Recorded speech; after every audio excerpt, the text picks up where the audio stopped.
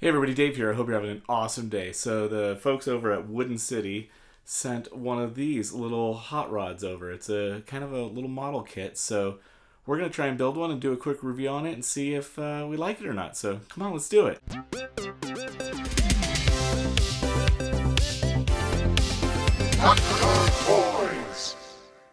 All right, here's the Wooden.City hot rod. Down here are just some of the little specs.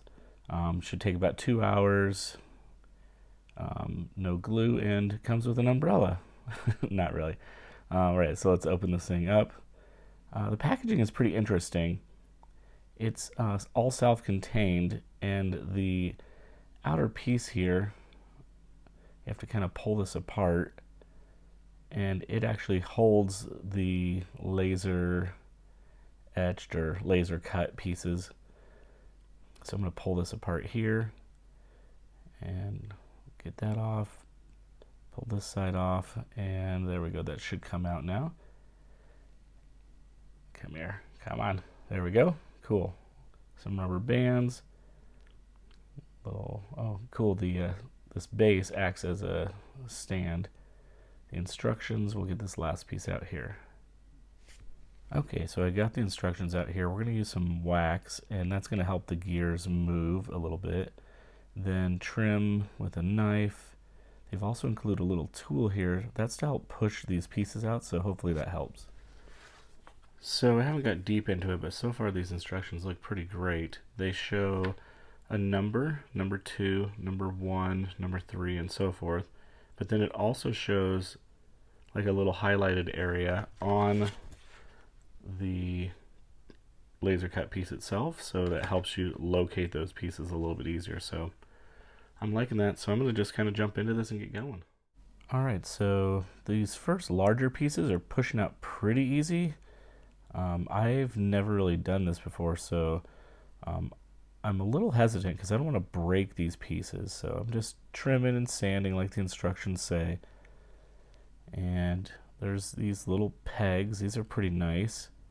I did have to take this apart because I wasn't reading the instructions and didn't follow the little way the arrows were going. So this is actually the rear axle, and it has some little locking gear mechanisms that I just put in those little pieces, and it kind of, as the thing turns and clicks, it'll catch and lock, so that's pretty nice. So they do also use this like little split peg system. You can see that on the ends of these. I'm just sliding the gear on here, but what that does is that allows it, when you slide the last piece in, it kind of locks it. But I found out later in the build, some of them are super tight. There's like no tolerance whatsoever. Even like that piece was a little bit of a pain to put in.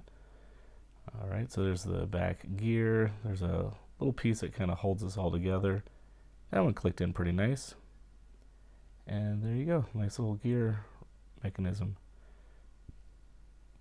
All right, putting the rubber band in here. That snaps in nice and tight. Here's the seat. So that's the bottom portion. And then we'll put in the back. That fit pretty nice. This side piece was pretty tight tolerance. I had to muscle that quite a bit. I did end up on some of these just getting out some sandpaper and sanding those down a little bit just because they were so tight. But a lot of times if you just push it on the table, it'll click on. Get the other side on. There we go. That's looking nice. That's pretty cool. I like that. And then that fits right in there, right in the middle. Pretty easy. Some little side pieces here. I believe these are probably going to stop the door from hitting into the seat. So I'm guessing that's what that is. All right, both of those clicked in pretty nice. Got a little rubber band here. This is actually going to help guide and steer the steering mechanism. A little stick shift. So these are just some little pegs. They're going to hold the front grille. Putting in some additional pegs here. These are going to hold the like the little swing arms for the wheels. So we'll put that one on there, that one on there. Okay, and then this will kind of just hold everything all together. Now again, these pieces, some of these larger pieces, they're pretty easy to get out of the little laser cut thing, but even this one here, when I was trying to get it out, it just snapped. So they're really tight in there, and there's not a lot of wiggle room, so there was a little bit of frustration there. And man, my fingertips still hurt, like just like trying to push and muscle those things out. So, but I just glued that back together, let it dry while I was kind of putting this. This is the little pieces that will hold the door. So that's the front dashboard, and then at the very end, the door should just slide right in there. Again, you can see I'm kind of struggling with these tolerances. They're really tight. This actually allows the steering wheel to move left and right, and it'll turn the wheels left and right. So that's pretty cool. Just putting in the dashboard, the steering column goes through the dashboard, that clicked in, and then we'll grab the steering wheel, put that on. There we go, that's pretty easy. Okay, now time to work on the engine a little bit. And these had some like little laser etch lines on the very tips of these things, or laser cut lines. And again, when I was pulling them out, some of the laser etching was so fine that it actually kind of chipped and broke. So yeah, not perfect, but it worked okay. Putting in the valves here. And the instructions are really pretty straightforward. I do the same thing when I build Legos. Sometimes I assume I know what I should do, and that's not really a good thing, and put things on backwards or something. So I had done that a couple times on this build, but for the most part, the instructions are really great. It's just me being a knucklehead and not following them correctly. So the engine. Putting the front cover on there, and this is a pretty cool little, engineering. I like it. This is kind of a cool little feature. Putting a little rubber band on there, and it just gives the illusion of, like the fan belt on an engine. So that's pretty cool. And then that just drops right in there, and it fit really nice. But they also gave some little pegs just to kind of wedge that and hold it just a little bit tighter. So. All right, with the front grille, these are little pegs that are going to hold the headlights. Again, the headlights had this really nice little laser etching around it on the front, and when I was pulling it out, it kind of chipped and broke one, so I tried gluing that back together. Here's a front bumper. That clicks on pretty nice, and then we'll just put that right there on the front of the car. And that looks pretty cool. Now the rubber bands has to be cut to 70 millimeters. I think that's millimeters. So I just got out my calipers, got some measurements, and cut those. Then you have to fold the rubber band in half and fit it through this little slot and swing this around. This was actually a pain in the neck. It was really not fun. And you have to do it, twice in the front, and then you have to do 2 on the back tires. So that was not fun, but figured it out. Now these pegs here, they were super tight. The tolerances were really, really tight. So I actually ended up sanding some of them because they wouldn't fit properly. So I understand they have to do the tolerances really tight so everything holds together, but I mean, they are really, really tight. Here I'm trying to just muscle it on. I ended up like smashing it with my hand, and it finally got on, but man, it is definitely challenging. I actually forgot to put, there's a little spacer on the inside of these front wheels. I forgot to put those on, so I did that after I was all finished. So here's the back wheels, but on the back wheels you have to do it twice for each side.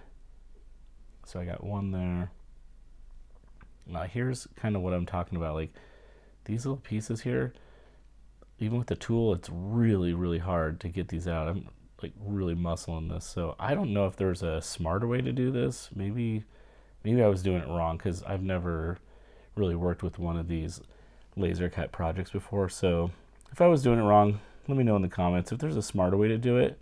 I did try using an X-Acto knife, but it's so thick I couldn't really cut through it. But so here's the cool gear mechanism. You pull it back and let it go, and that's pretty awesome.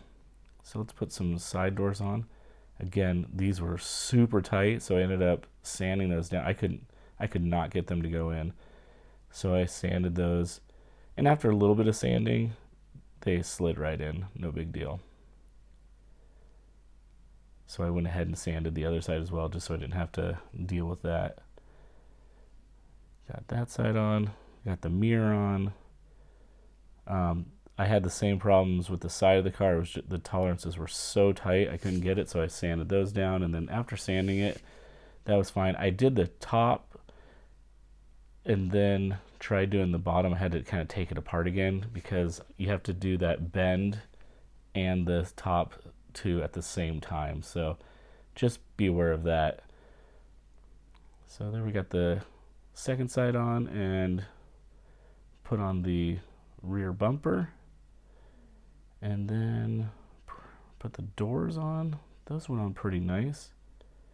Just had to kind of adjust it just a little bit, but then the top piece is going to slide right through those holes and click right in, and there we go. Now right about here I'm at about 3 hours on this build, and taking into consideration I was filming and I did do a couple things backwards a couple times, so I had to redo that, but all in all this was a really fun build. I enjoyed this. So yeah, let's do a final review of this.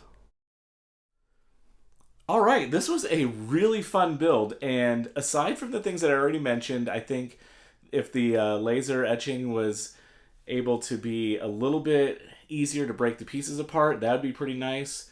And kind of some of the finer details where it chipped off a little bit, that was kind of a bummer, but that's okay.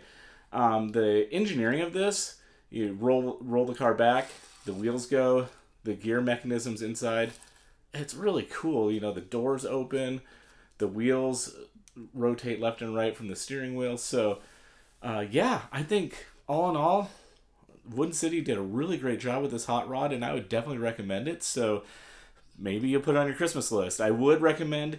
It's definitely better for an older kid. It does say 14 plus. I think a littler kid would probably have some struggles with this, but maybe something a dad could do or a parent could do with their kiddo. So yeah, I think it's pretty awesome. So hey, as always, it is a great day to be a toy nerd. Have a great one.